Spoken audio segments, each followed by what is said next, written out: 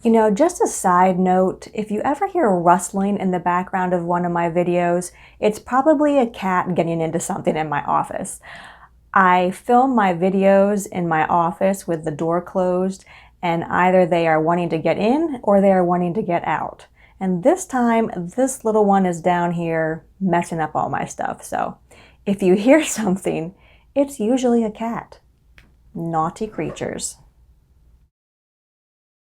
Hi, my name is Lydia. Welcome to my channel. Thank you so much for clicking on this video. If you are interested in true crime like I am, I hope you stick around. A special hello and thank you to my returning subscribers. I am so happy to have you here. And to my fellow cat lovers out there, I see you. I have some cat videos at the end of this video, so stay tuned until the end. Thanks. Today's case is about a school shooting. And as I mentioned in a community post, I had this story researched and prepared before the tragedy that unfolded on May 24th in Uvalde, Texas. I decided to wait a little bit before I recorded and posted this video to give a little space between the tragedy that unfolded in Texas and the telling of yet another school shooting, a tale of yet another horrible act of violence brought upon innocent children who were just simply going to school. The children in this case live in a completely different world than those children who went to school in Uvalde, Texas. This story is about a shooting that occurred at an Amish schoolhouse located in Lancaster, Pennsylvania. And I chose this case because I'm familiar with this area. I live about 2 hours from Lancaster, Pennsylvania, and having close family that lived there, I traveled there often. It's a different world. Every time I traveled there, at least one time, I would see an Amish buggy just going along the road slowly with a family of Amish people inside usually, and the car that held my family would just speed on by. And you would also be able to usually pinpoint the Amish homes in the community as well. They were usually the homes that did not have electric lines going into it, because at least in the communities that I went through, the Amish did not use electricity in their homes. The killer in today's case was not Amish, although his victims were. This killer lived and worked among the Amish in his town, and as you will see, he chose their community as his killing ground. Today we are talking about Charles Carl Roberts IV and the shooting at the Amish one-room schoolhouse.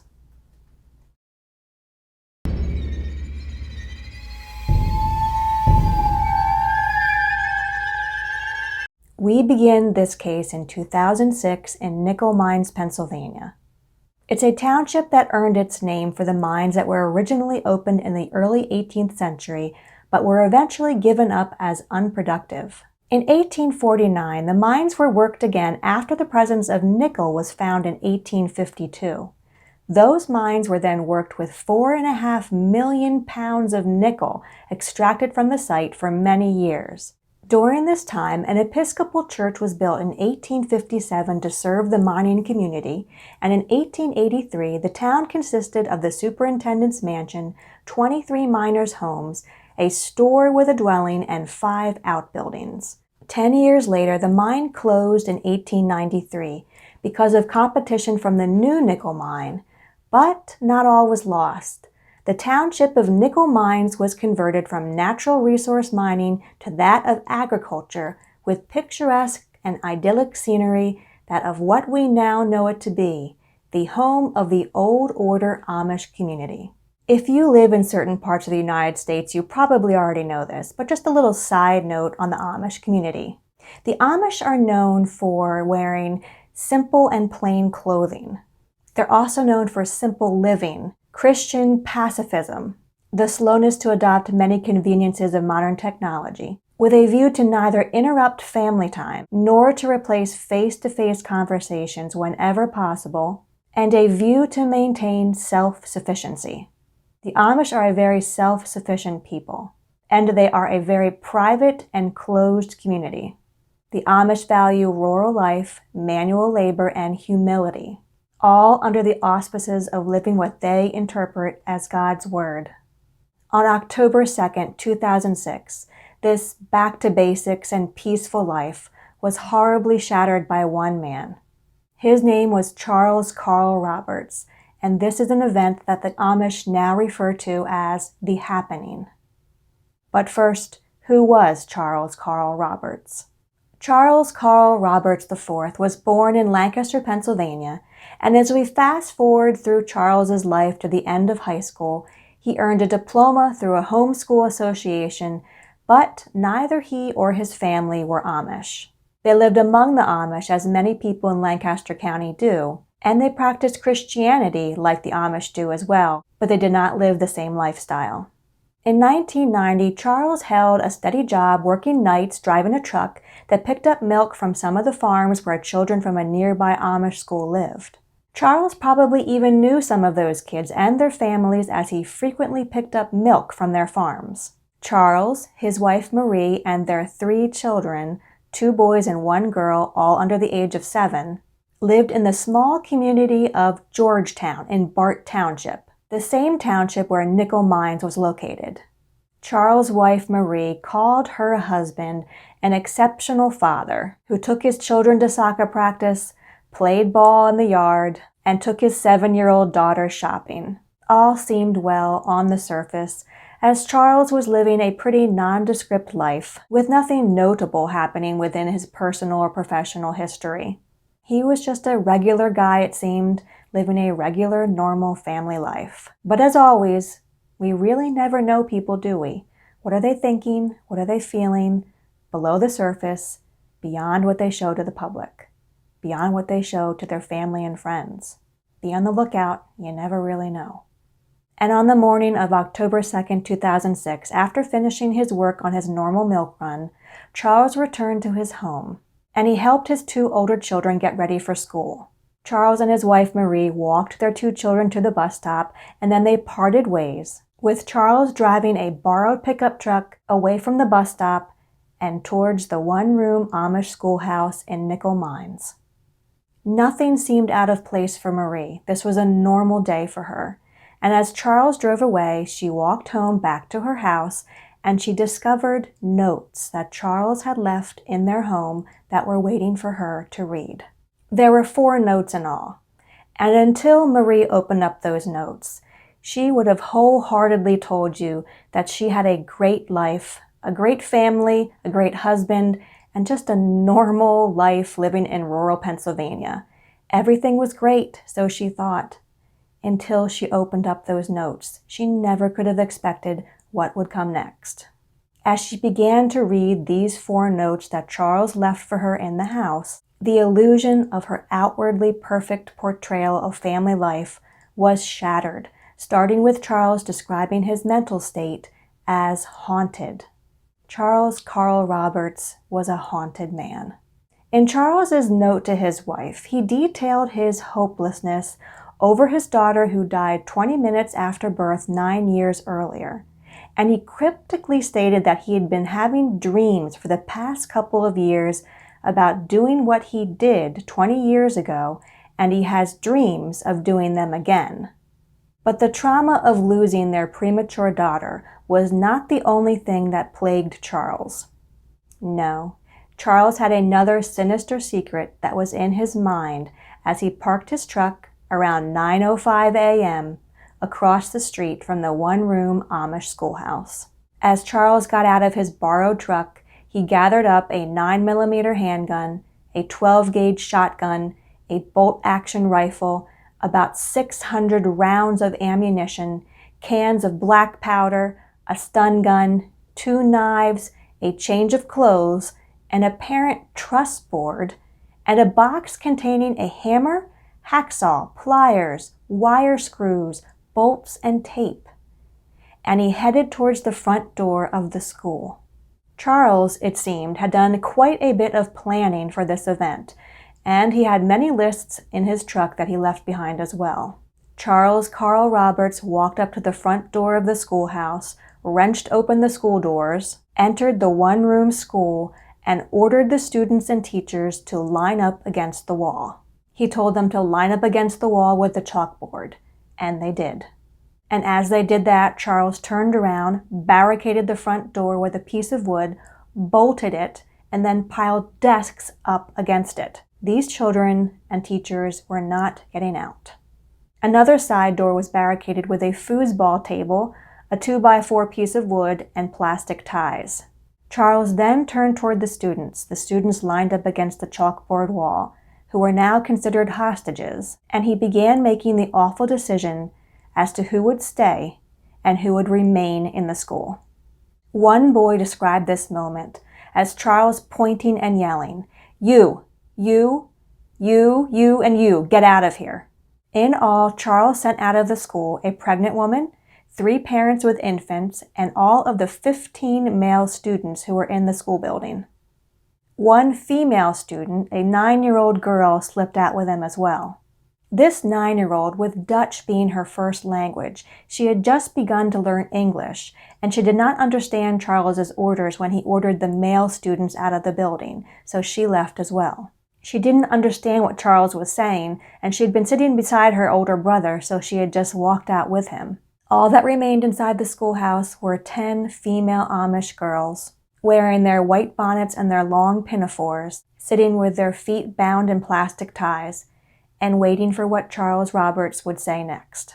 And as the freed hostages hurried away from the school, the West Nickel Mines Amish school teacher, Emma Mae Zook, contacted the police upon escaping at approximately 10:36 a.m.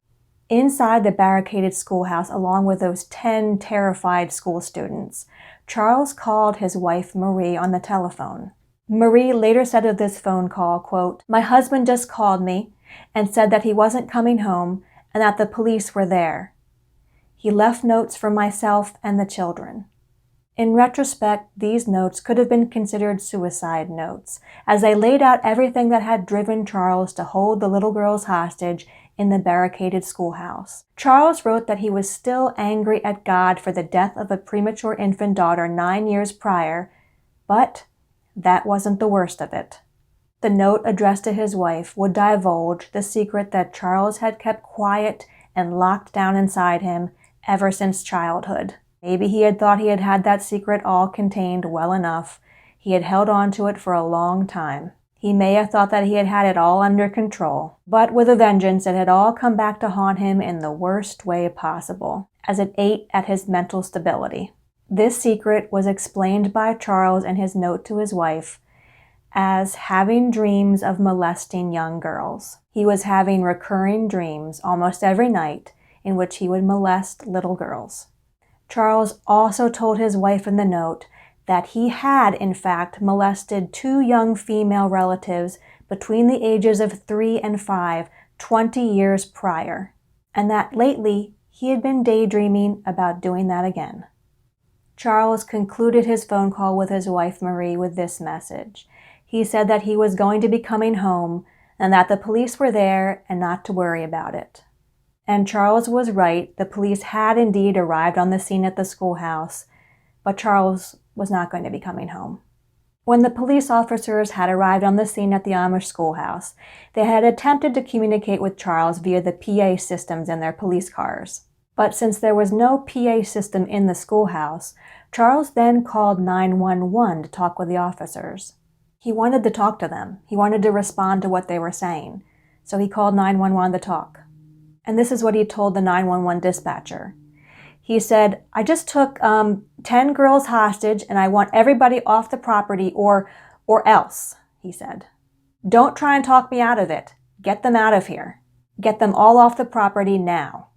The 911 dispatcher, who was clearly overwhelmed with what was happening and that she was actually talking to Charles, the person who was holding 10 little girls hostage, she responded with, "Sir, I want you to stay on the phone with me, okay? I'm going to let the state police down there and I'm going to need you to talk to them. Okay? Can I transfer you to them, please?" But Charles replied, "No. You tell them and that's it. They leave right now or they're dead in 10 seconds. The 911 dispatcher frantically pled with Charles. She kept trying. She said, "Hang on a second. We're trying to tell the police on the scene, okay? Just hold on." But Charles replied, 2 seconds and that's it. The overwhelmed dispatcher replied saying, "Wait, sir, just wait, please. Listen to me." But the line had gone dead. Charles had hung up. The call was over.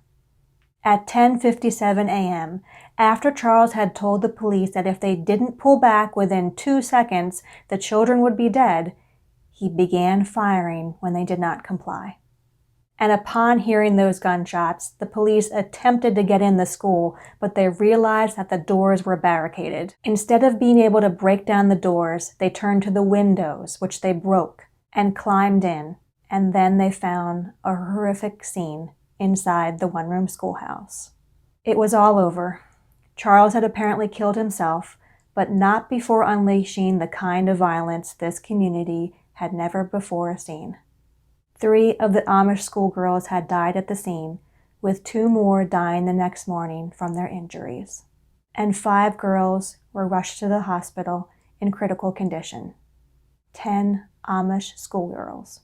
10 innocent schoolgirls just going to school on a normal day.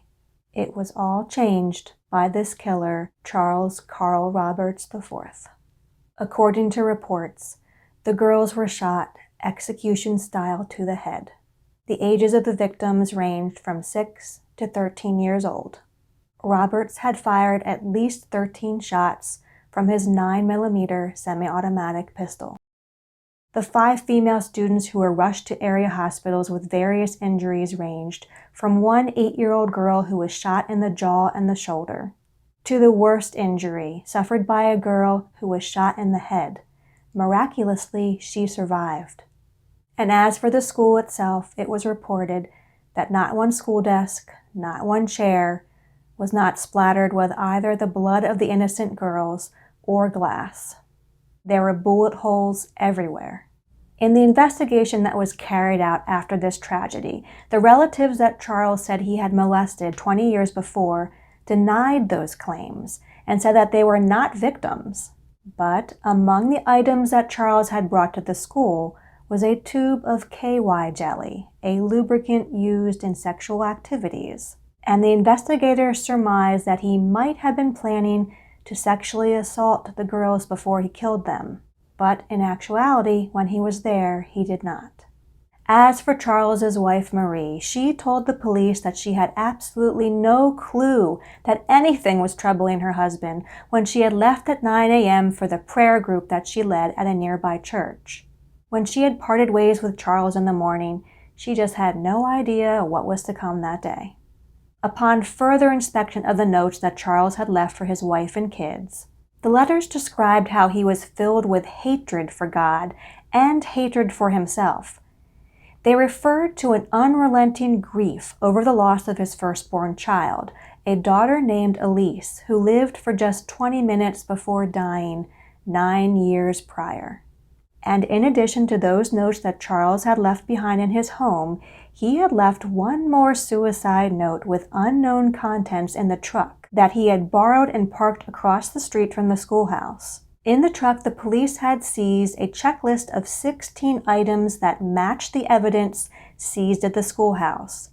Among the items Charles had listed were bullets, gun, binoculars, candle, earplugs, wrenches, nails, eye bolts, and KY jelly.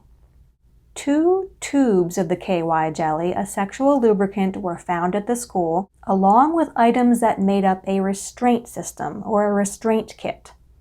Charles had had other wicked plans for the girls at the school, obviously. Thankfully, he had not followed through with it. After investigating the entire school shooting in full, the investigators found that Charles had planned this attack meticulously and that he was extremely organized about it. He had begun purchasing the items on his checklist at a local Amish-run hardware store 6 days earlier, and he had spent a normal, relaxed weekend with his wife and kids. Additional supplies that Charles had taken into the school included a change of clothes and toilet paper and a bucket, which indicated to the investigators that Charles had planned to be there for a while. He had possibly planned to hold his hostages for a long number of hours, but that he had become disorganized and panicked after the police had arrived.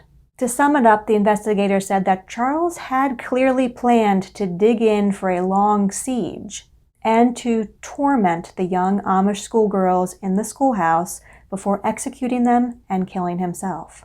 I guess it's complicated in the fact of trying to find a motive at this point.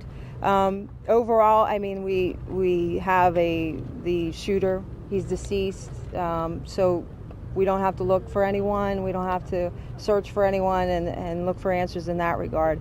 We pretty much know what occurred that day to a degree. So as farmers go about their daily work, this community prepares to honor the dead girls. 4 funerals are set for Thursday, and the Amish asked state police to pass along a message to the hordes gathered to watch. So with the funerals planned for Thursday and Friday of this week, we would hope to have the respect of the media not to be involved in close-up gawking and picture taking. Please respect our privacy. As shocking as this Amish schoolhouse murder case was, more shocking and heart-wrenching was the response from the Amish community of Nickel Mines. Only hours after the school shooting, the Amish community reached out to Charles Roberts' family. They wanted to comfort the family that he had left behind and to extend forgiveness towards them. You know, they came to give this gift, to tell of the forgiveness that they had already extended over Charlie and the care that they had for me, for my family. And I think that has so transformed the way that I see forgiveness, that it's this gift. That forgiveness doesn't say, well, the person, what they did didn't matter. It doesn't say that there's no consequences. It simply says, this is a gift that I have to share with you in the same way that they shared that gift with us. One Amish man had held the father of Charles Roberts, sobbing in his arms, reportedly for as long as an hour to comfort him. One member of the Amish community said, "I don't think there's anybody here that wants to do anything but forgive, and not only reach out to those who have suffered a loss in that way, but to reach out to the family of the man who committed these acts." And when Charles Roberts himself was buried on October 7th, 2006, dozens of his Amish neighbors in an unmarked grave only a few miles from where the schoolhouse had stood. As for the Nickel Mines schoolhouse, it was torn down, and in its place is a peaceful and green meadow. A new school was built at a different location, and it opened only 6 months after the shooting had occurred. The Amish community had come together, built a new schoolhouse, and moved on. One of the biggest takeaways of this story is the aftermath of the shooting. The general public may have been surprised by the attitude of the Amish community following the murder of their young girls. They may have been surprised how they reached out to the family of the killer, and how they had not spoke out in anger against him either. This was the Amish way. The practice of letting go of grudges is a deeply rooted value in Amish life. In their culture, it is said that the Amish willingness to forego vengeance does not undo the tragedy or pardon the wrong, but rather it constitutes a first step to a future that is more hopeful. This Amish practice of peace allowed the family members of Charles Roberts to speak out after this tragedy. That included his wife Marie and Charles's mother, Terry Roberts. Both have spoken publicly about this tragedy and the lessons that can be learned. Marie Roberts wrote an open letter to her Amish community, thanking them for their forgiveness, their grace, and their mercy. She wrote, quote, "Your love for our family has helped to provide the healing we so desperately need. Gifts you've given have touched our hearts in a way no words can describe. Your compassion has reached beyond our family, beyond our community, and is changing our world. And for this, we sincerely thank you." And that ends our story. It ends on the positive note of forgiveness. And whether we agree with this act of forgiveness or not, even in the face of the horrible deaths of these Amish school children, these innocent girls, it is something that we shouldn't take away from this Amish community, a community that experienced the greatest loss of children and still decided to practice forgiveness and to show it to the world. It was their choice to do so, and we must honor it. The following is a list of the young victims in this crime. May the memory of their lives be a blessing to all those who knew them and loved them, and I have a feeling that is a great number of people. Rest in peace to the victims of the Amish schoolhouse shooting.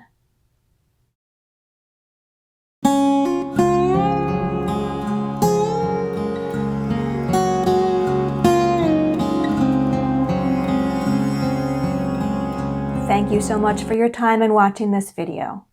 I know that your time is valuable, and I am so glad that you chose to spend some of it watching this video with me, even though it was a sad one. Please let me know what you think about this story in the comments below. And if you, yes you, have made it all the way to the end of this video and you're still watching, thank you. I appreciate you even more. If you would like to hear more true crime cases from me, please consider subscribing. I would appreciate it so much. And check out my channel. I have a bunch of true crime cases just sitting there waiting to be watched. And until next time, everyone, as always, please take care out there. Take care of yourselves. Bye now.